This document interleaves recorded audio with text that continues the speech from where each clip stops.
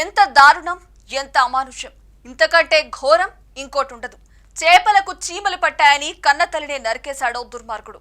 బంధాలు, అనుబంధాలు అంటే మన జీవితంలో చాలా విలువైనవి. వాటికి కనీస గౌరవం, మర్యాద తప్పకుండా ఉండాలి. కానీ ఇంతకు ముందు కనపడిన దురదృష్టకర పరిస్థితులు ఈ మధ్య కాలంలో ఎక్కువగా చోటు చేసుకుంటున్నాయి. అర్థం లేని ఆవేశంతో, అవసరానికి మించిన కోరికలతో కుటుంబ సభ్యులను చంపేసే సంఘటనలు పెరుగుతున్నాయి.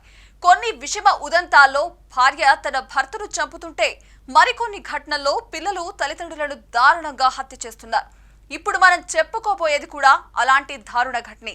ఛత్తీస్గఢ్ రాష్ట్రంలో చోటు చేసుకున్న ఓ ఘోర ఘటన గురించి విన్నాక నోట మాట రాదు.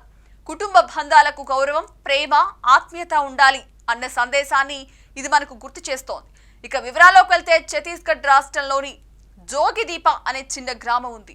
ఆ గ్రామానికి చెందిన కమలేష్ అనే వ్యక్తి మొన్న మధ్య ఇంటికి వచ్చేటప్పుడు చేపలు తీసుకొచ్చాడు.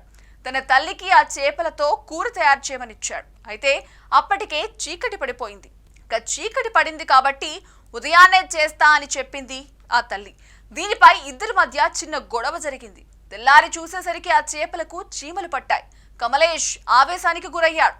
చేపలపై చీమలు పట్టి ఉండడం ఆయనకు అసహ్యంగా అనిపించి తీవ్ర కోపం తెచ్చుకున్నాడు.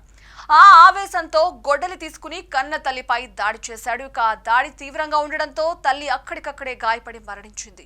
ఈ దారుణ ఘటన గురించి సమాచారం అందుకున్న పోలీసులు వెంటనే ఘటనా స్థలానికి చేరుకున్నారు. కమలేష్ ను అదుపులోకి తీసుకున్నారు. చేపలకు చీమలు పట్టాయి అనే కోపంతో తల్లిని చంపడమా అనే ప్రశ్న ఇప్పుడు అందరినీ షాక్ కి గురి చేస్తోంది. ఈ సంఘటన కుటుంబ బంధాల అసమర్థత, ఆవేశ నియంత్రణ ఎంత ముఖ్యమో మనకు గుర్తు చేస్తోంది.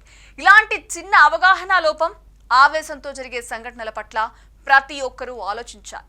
కుటుంబ సంబంధాల్లో పరస్పర గౌరవం, సహనం ఎంత అవసరమో గుర్తించాలి.